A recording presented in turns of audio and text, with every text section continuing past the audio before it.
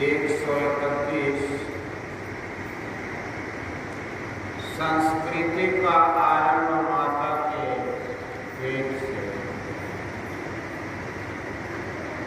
प्यारे विद्वान वृंद तथा छात्र वृंद, आपके महाविद्यालय में आध्यात्मिक और सांस्कृतिक परिषद भी है। यह बड़ी प्रसन्नता की बात है। आज आप उसका वार्षिक महोत्सव मना रहे हैं, जिसके उद्घाटन का भार आपने मेरे ऊपर दिया। किंतु मैं एक ऐसा आदमी हूं जो एक पक्षीय एक ही विषय को जानता हूं। मैं नहीं जानता हूं कि उद्घाटन किस तरह किया जाए। मैं आध्यात्मिक प्रचार करता हूं। मुझे विश्वास हो गया है कि बिना आध्यात्मिकता के राजनीति में शांति नहीं आ सकती। संतों ने जगत कल्याणार्थ आध्यात्मिकता के प्रचार का काम किया और आज भी वही बात चल रही है। इसका तो प्रचार होता ही है। सांस्कृतिक कार्य मनुष्य को सुधार कर उसके उदात्त गुणों को विकसित करता है। हम लोग सुधरे हुए कम हैं। कभी देखने में आता है कि सुधरे हुए हैं, इसलिए हमको सीखना। कभी देखने में आता है कि सुधरे हुए नहीं है, इसलिए हमको सीखना होगा कि सुधरे कैसे। अच्छे आचरण से चले, यही सुधार। यदि अच्छे आचरण से नहीं चले तो सुधार नहीं। अच्छा सुधार बिना अच्छे संग और अच्छी विद्या के नहीं हो सकता। अच्छे आचरण से संसार में रहे, इसके लिए विद्या की बड़ी आवश्यकता है। आज ही यही भी आज साथ ही यह भी देखें कि हमारे यहाँ जो महान हुए उनका आचरण कैसा था। उनके आचरण के मुताबिक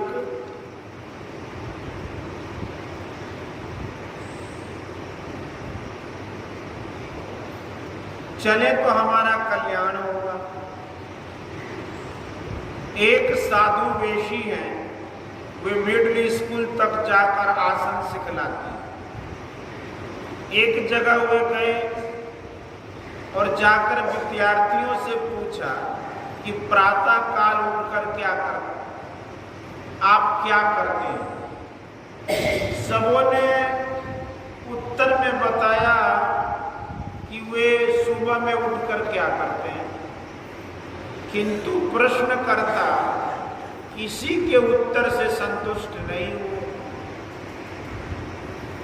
यही प्रश्न उन्होंने अध्यापकों से भी पूछा और उनके उत्तर भी सन्यासी को ठीक नहीं जचे। उन्होंने कहा कि आप लोग तुलसीकृत रामायण नहीं पढ़ते हैं, इसलिए आप लोग नहीं जानते कि प्रातः काल क्या करना चाहिए। प्रातः काल उठ गए रघुनाथा, मातु पिता गुरुना वही माता।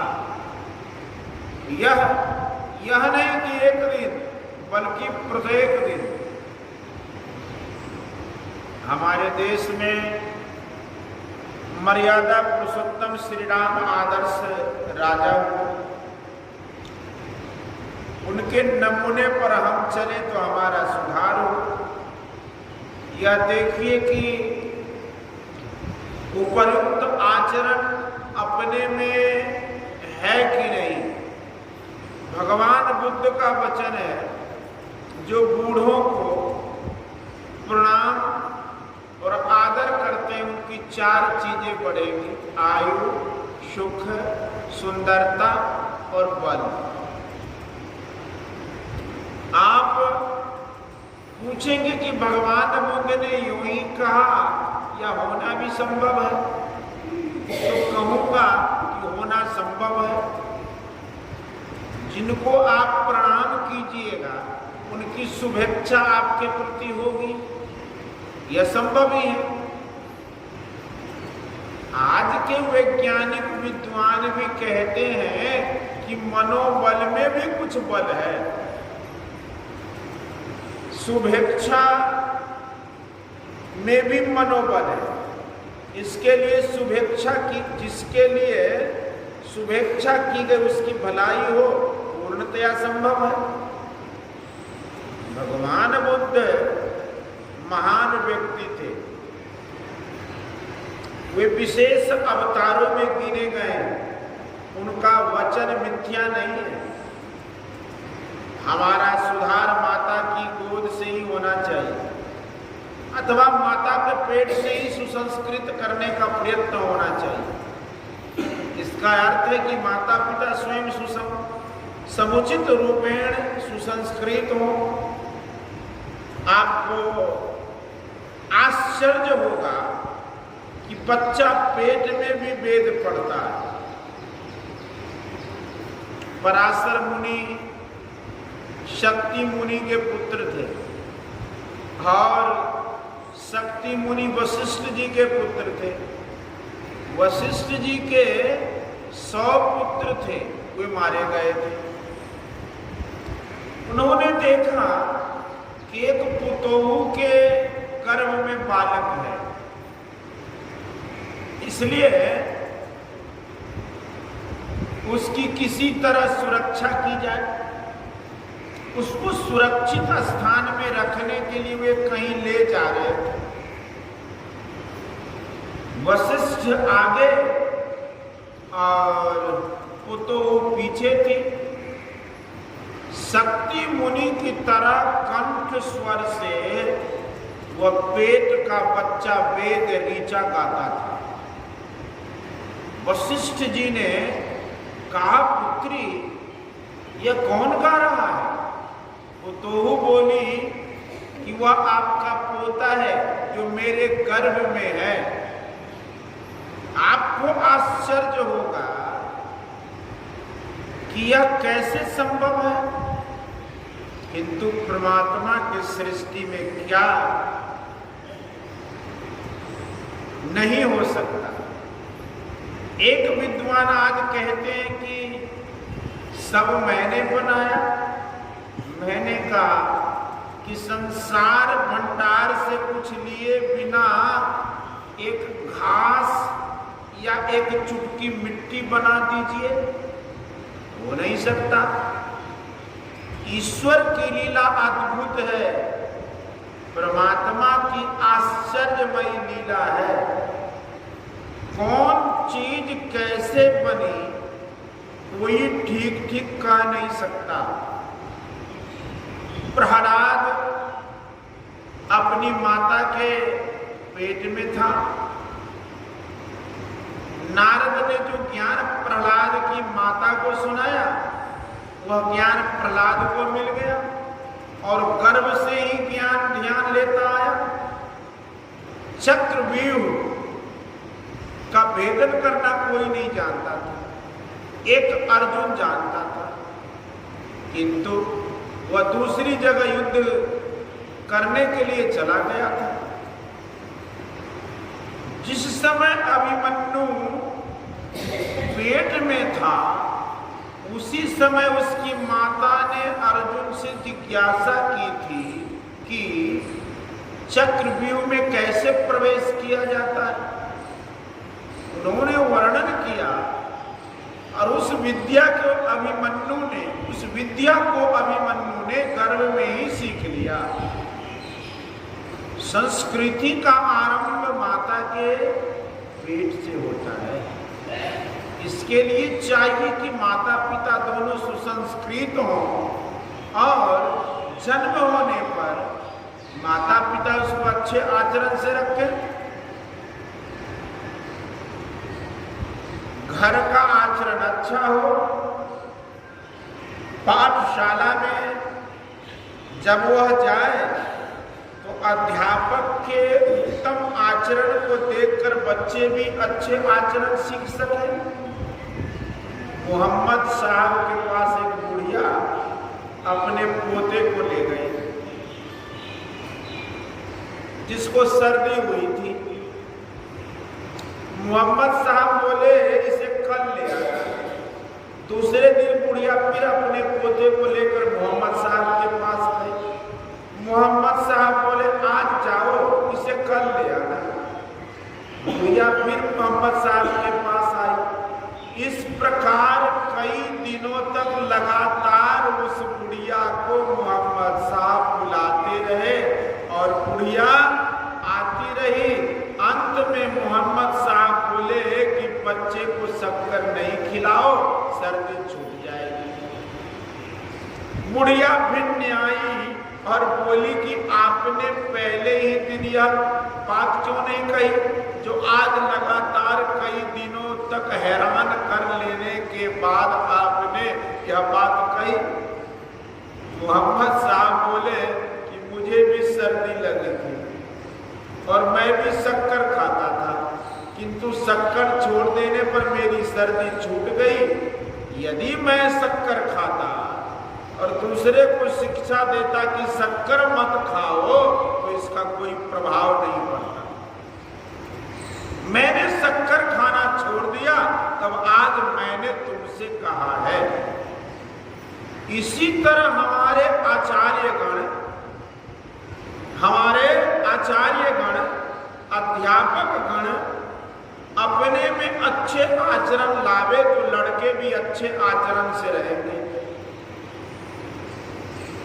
उत्तम संस्कृति के लिए बड़ों का आदर और उनके सामने नम्र अवश्य रहे और अपने से छोटे को प्यार करें। यह शीलता है। शीलता कहते हैं सत्यता और नम्रता से मिलजुल कर जो व्यवहार होता है, दिखलावे की बात नहीं हो, जो हो सच्चाई की बात हो, तब हम अच्छे होंगे और हमारी संस्कृति अच्छी होगी। कितना अच्छा है कि प्रातः काल उठ के रघुनाथा मात पिता गुरु नावई माथा। यदि आप ऐसा नहीं करते हैं तो आपने भारतीय आर्य के संस्कार को छोड़ दिया है। यदि करते हैं तो भारतीय आर्य है। यूं तो कई देश के लोग अपने को आर्य कहते हैं, किंतु हम भारतीय आर्य हैं। यदि हम नम्र नहीं होते हैं तो हम अपनी सुसंस्कृति छोड़ते हैं। आजकल विद्यालयों और महाविद्यालयों में लोग ऐसे बरतते हैं जिससे अन्य लोग कुछ कहने लग गए। लोगों को विद्यार्थी और अध्यापक दोनों के पक्ष में संशय हो गया है और अध्यापक और जितने विद्यालय और महाविद्यालय हैं उनमें नम्रता तोड़कर व्यवहार करते प्रायः देखा जाता है। ये ऐसे संस्थान हैं जहां से हम उत्तम संस्कार लेकर सुसंस्कृत होते हैं। यदि हम यहाँ भी नहीं सीखें तो फिर कहाँ जाकर सीखेंगे। यहाँ से शिक्षा प्राप्त कर लेने के बाद आप जहाँ कहीं भी रहें वहाँ इतनी उत्तमता से रहें कि देश का कल्याण हो। हमको गौरव है कि हम पर राज्य में नहीं रहते, अपने राज्य में हैं। इसमें उत्तमता तभी आएगी जब हम सुधरे हों। इसके लिए शील धारण कीजिए। शील निभाना है तो आवश्यक यह है कि जिस काम के लिए जो व्रत है उसमें मजबूत रहो। आर्य संस्कार में तो विद्यार्थी ब्रह्मचर्य का पालन करते थे। आचार्य गृहस्थ होते हुए भी ब्रह्मचर्य व्रत का पालन करते थे। यहाँ ब्रह्मचर्य व्रत पर बहुत ख्याल रखना चाहिए। जहाँ ब्रह्मचर्य व्रत पर ख्याल नहीं है वहाँ ओज पूर्ण तेज नहीं हो सकता। विद्या ग्रहण की शक्ति पूर्णतया विकसित नहीं हो सकती। आपके महाविद्यालय में सांस्कृतिक और आध्यात्मिक परिषद का भी स्थान है। यह बहुत अच्छा है। सभी विद्यालयों में इस परिषद का रहना अच्छा है। अभी आप लोगों ने सूरदास जी की वाणी सुनी। इसकी पुष्टि वेद, उपनिषद और भगवद गीता के वाक्यों में भी है, किंतु साक्षात्कार के बिना भी संशय रह जाता है। ऐसा कहकर मैं ग्रंथों की निंदा नहीं करता हूं।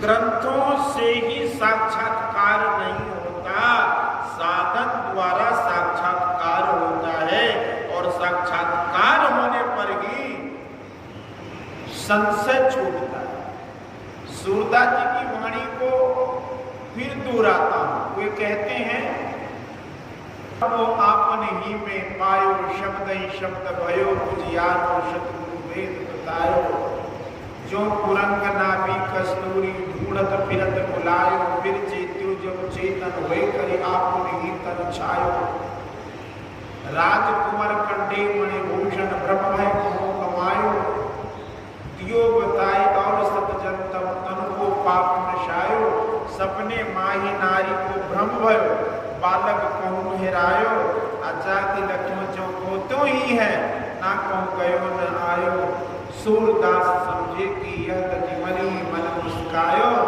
कहीं न जाए या सुख की महिमा जो गूंगे गुरु खायो। पहले श्रवण मनन अवश्य चाहिए, इसके बाद फिर अभ्यास भी करना चाहिए। सुनिए, समझिए और अपने अंदर में चलिए। जब तक अपने अंदर नहीं चले तब तक आध्यात्मिकता पूरी हो नहीं सकती। आत्मा की तरफ लोग दो तरह से चलते हैं। उपासी बनकर अपनी खोज में आप जाते हैं, यह ज्ञान का पथ है। दूसरा भक्तिमान बनकर वहां भक्त भक्ति भगवंत तीनों आने त्रिपुटी रहती है। कबीर साहब भक्ति बनते हैं, भगवान को अपना मित्र और प्रभु मानते हैं और उनको पाना अपने अंदर में बताते हैं और पाने वाला प्रेम का पागल होता है। इसलिए हमन है इश्क मस्ताना हमन को होशियारी क्या रहे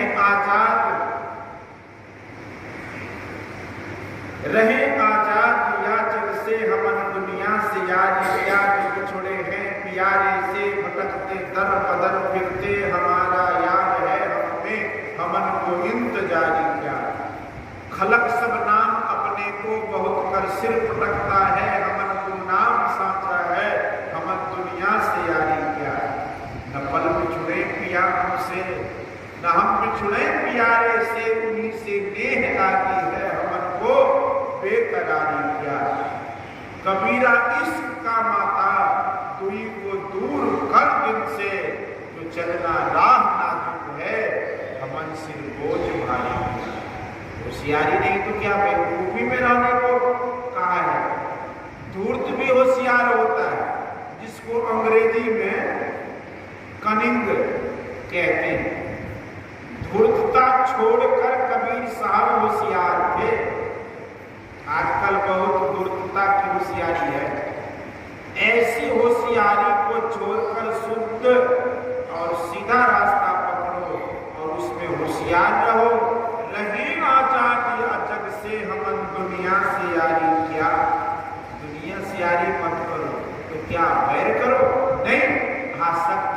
पर रहो, अपनी सच्ची कमाई करो, अपना जीवन यापन करो। कबीर, सच्ची कमाई करो और अपना जीवन यापन करो। बोलिए श्री